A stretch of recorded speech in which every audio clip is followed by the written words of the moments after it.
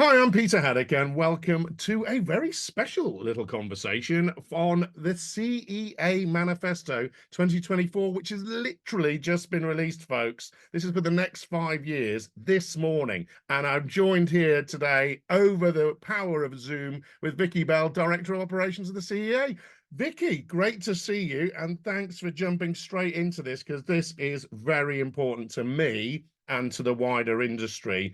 Please just briefly introduce yourself and then let's smash into the manifesto. Okay, super. Thank you, Peter, and lovely to meet you. So, yeah, I joined the CEA back in February this year. My background is in business strategy, marketing, business development, and so on.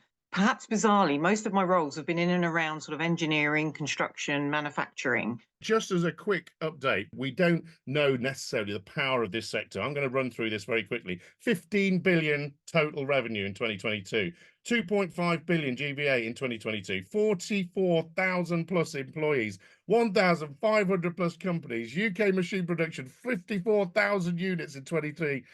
80% export share production, 250 million plus investment in R&D each year. It's a big sector, so we've got a big influence here, and that's where I want to start with the whole big picture piece in the manifesto. 5 points here. First of all, decarbonisation. Huge topic. What is the CEA looking at there with the strategy and the technologies, and what are you looking at from a wider industry perspective with this piece? Overall approach that we try to get in there with the manifesto is that there's no one solution for decarbonisation. So what we're looking for and what we're asking people is, the CEA remains technology neutral, and our ask really of any administration is that they look at the outcome and not mandate a technological solution, because we're going to need hydrogen, we're going to need electrical, we're going to need cleaner diesel engines. And so really where we're going with this is we're calling for a level of consistency, a level of harmonisation, because some of we've gone out of kilter with some of our European customers and also around the world. But it's really this technology neutral position and support to our members to develop a range of solutions, because obviously, there's much more investment needed to put in these new solutions for the industry. And I think it should be recognised that, the industry does need support to be able to do that and to look at a range of options there to hit the targets.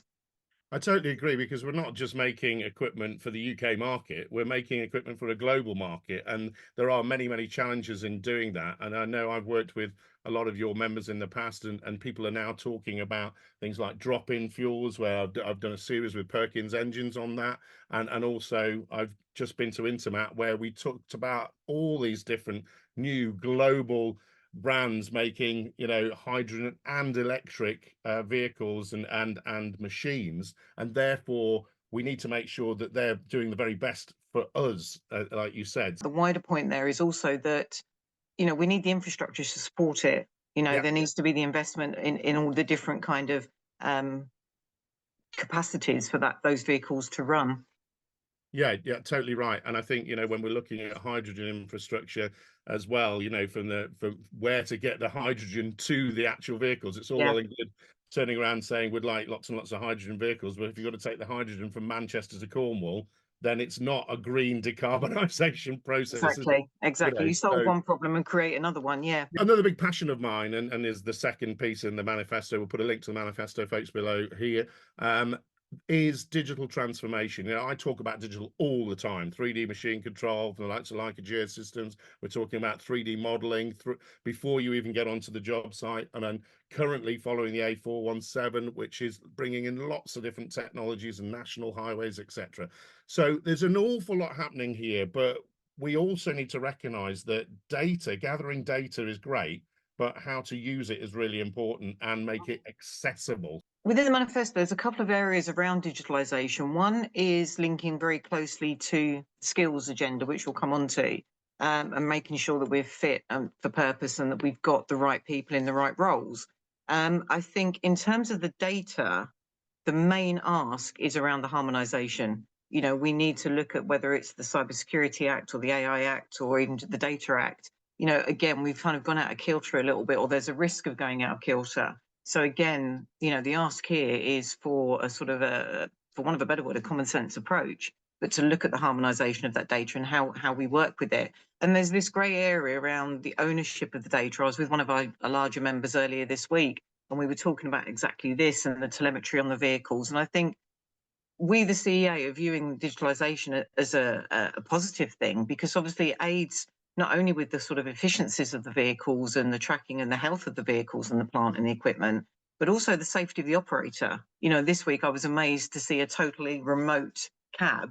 So you could be, you know, you could literally be working from home while you're actually working an excavator on a site in Delhi, which was just amazing. And I think that's something we need to bring out in terms of linking to the skills agenda, because myself and my colleague looked at this cab, and it was like, well, this is like any sort of, 15-year-old's dream, that it's all joysticks and it's all, so if you can play a video game, you can probably operate this. And I think it's getting away from that view of, engineering manufacturing's long been seen as a sort of dirty industry and a poor job. And I think add to that the word construction, and you've kind of got a bit of a double whammy. But I think, most people who aren't in the industry would be amazed if they walked into any of the manufacturing facilities. They're like a laboratory in terms of the legislative side. It's that harmonisation and making sure that the data can move freely where it needs to go. Yeah, and I'm a great fan of going to factories. I went to the Bobcat factory and its innovation center just a couple of weeks ago, Wacker Neuson recently, Komatsu. I've just been around the Perkins engine factory, and you look at these places and they are state of the art. But it all runs nicely, like you said, to skills development. We see a lot of people talking about the industry on social media now, which is great.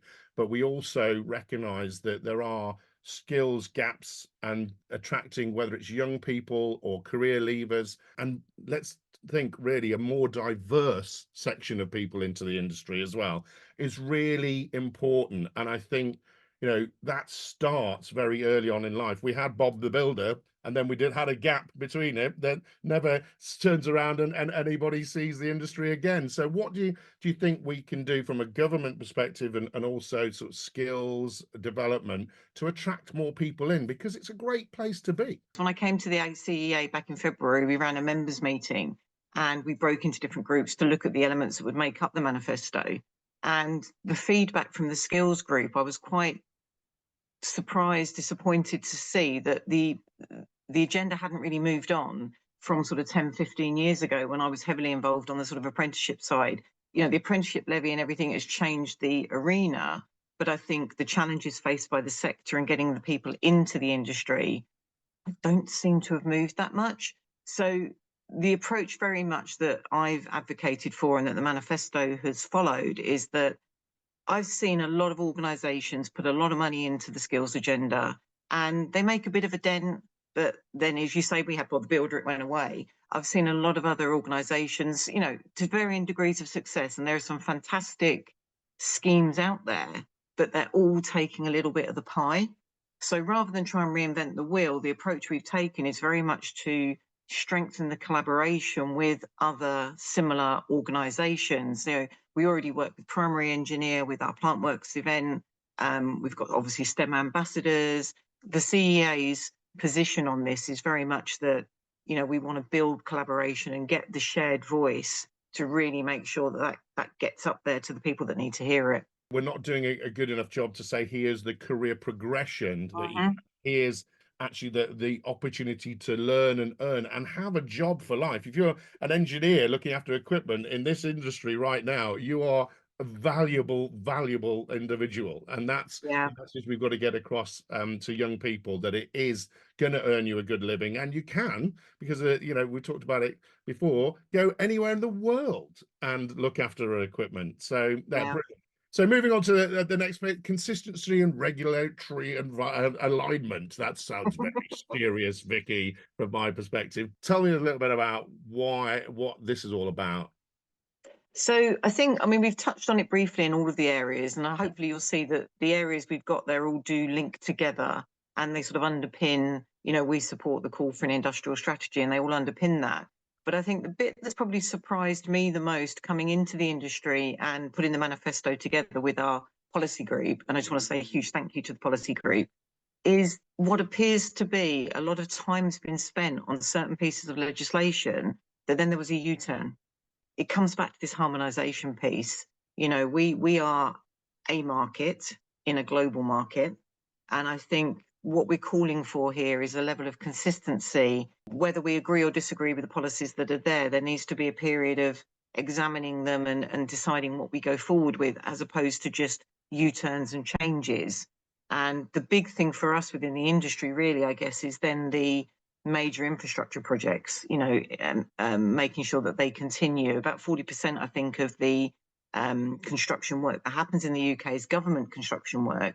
And, you know, there's been question marks over a lot of big projects. And I think, you know, hopefully they will continue, but that will give us it will allow our members to continue to plan and budget and build, so that we can actually have that level of faith, I guess, that that's going to happen. I think the industrial strategy would help to sort of underpin that and put a guidance or an umbrella around it, really. To wrap it up, Vicky, here, because there's a lot of manifesto stuff going on at the moment, but this one is the most important one for the Exactly. industry, I believe, and that's why I've jumped on this opportunity today. I want to thank you very much for talking to me today. Also, we can get that manifesto from the CEA website now, can't we? So I'll put a direct link into that. And folks, it's my first time chatting with Vicky, but I can tell you what, it's not going to be the last. So as we roll out the manifesto, you know, let's all get involved. Let's all get part of the conversation, folks, and supporting the CEA with sharing this will be a really important thing to do. Thanks a lot, Vicky. Thank you very much. Thank you.